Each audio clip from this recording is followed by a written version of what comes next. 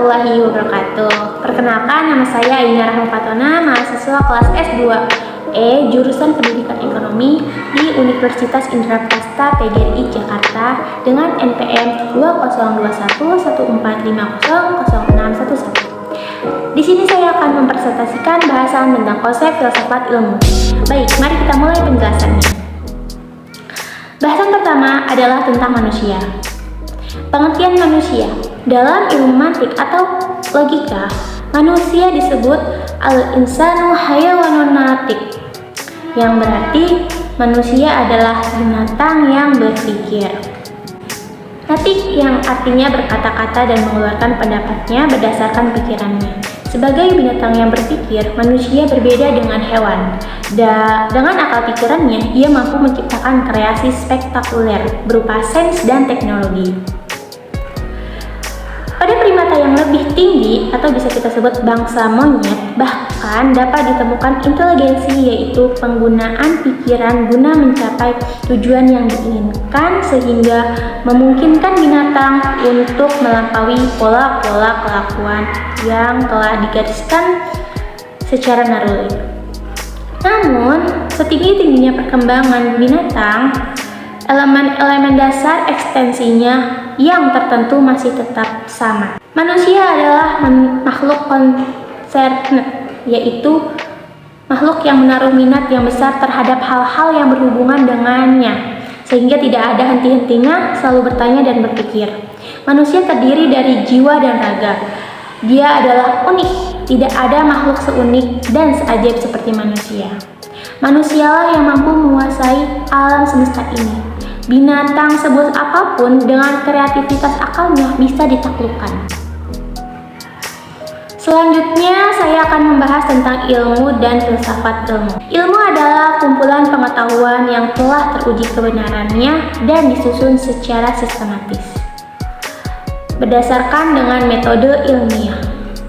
Sedangkan filsafat ilmu adalah proses berpikir secara mendalam dan sungguh-sungguh mengenai hal-hal yang berkaitan dengan proses pendidikan dan bidang keilmuan tertentu. Lalu, apa itu berpikir filsafat? Berpikir filsafat adalah berpikir secara mendalam untuk mencari kebenaran substansial, kebenaran yang sebenarnya, dan mempertimbangkan semua aspek serta menuntun kita untuk mendapatkan pemahaman yang lengkap. Setelah kita mengetahui apa itu berpikir filsafat, maka selanjutnya kita akan membahas metode berpikir filsafat. Metode berpikir filsafat dapat dibedakan menjadi 4, yaitu yang pertama metode historis atau sejarah. Metode historis atau sejarah yaitu metode penelitian yang meliputi pengumpulan data dan penafsiran gejala peristiwa yang timbul di masa lalu, yang menggambarkan fakta untuk membantu mengetahui yang harus dikerjakan di masa yang akan datang.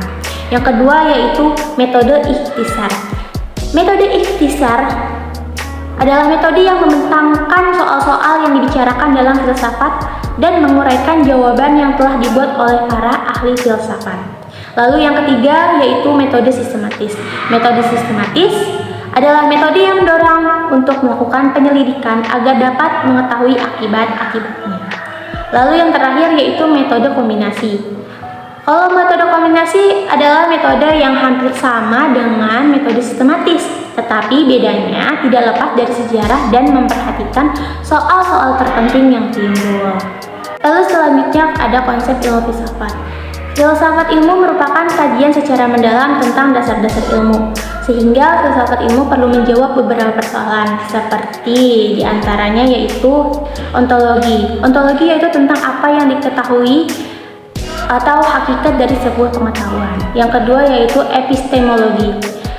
Epistemologi yaitu suatu disiplin ilmu yang membicarakan dan menyelidiki sumber, kaidah, proses, dan batasan suatu ilmu ataupun pengetahuan sehingga membawa kepada pemahaman terhadap kebenaran yang hakiki. Lalu yang ketiga yaitu aksiologi. Aksiologi yaitu ilmu yang membicarakan tentang tujuan ilmu pengetahuan itu sendiri dan bagaimana manusia menggunakan ilmu tersebut. Baik, bagian terakhir yang akan saya bahas dalam materi kali ini yaitu tentang fungsi filsafat.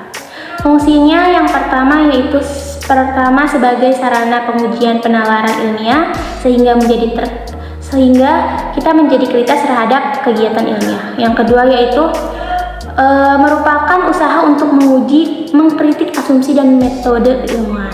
Lalu yang ketiga, memberikan pendasaran logis terhadap metode keilmuan. Lalu yang keempat, filsafat ilmu merupakan salah satu cabang dari filsafat. Nah, sekian pembahasan yang dapat saya sampaikan. Terima kasih telah menyaksikan video saya ini. Mohon maaf apabila ada kesalahan. Semoga bermanfaat. Wassalamualaikum warahmatullahi wabarakatuh.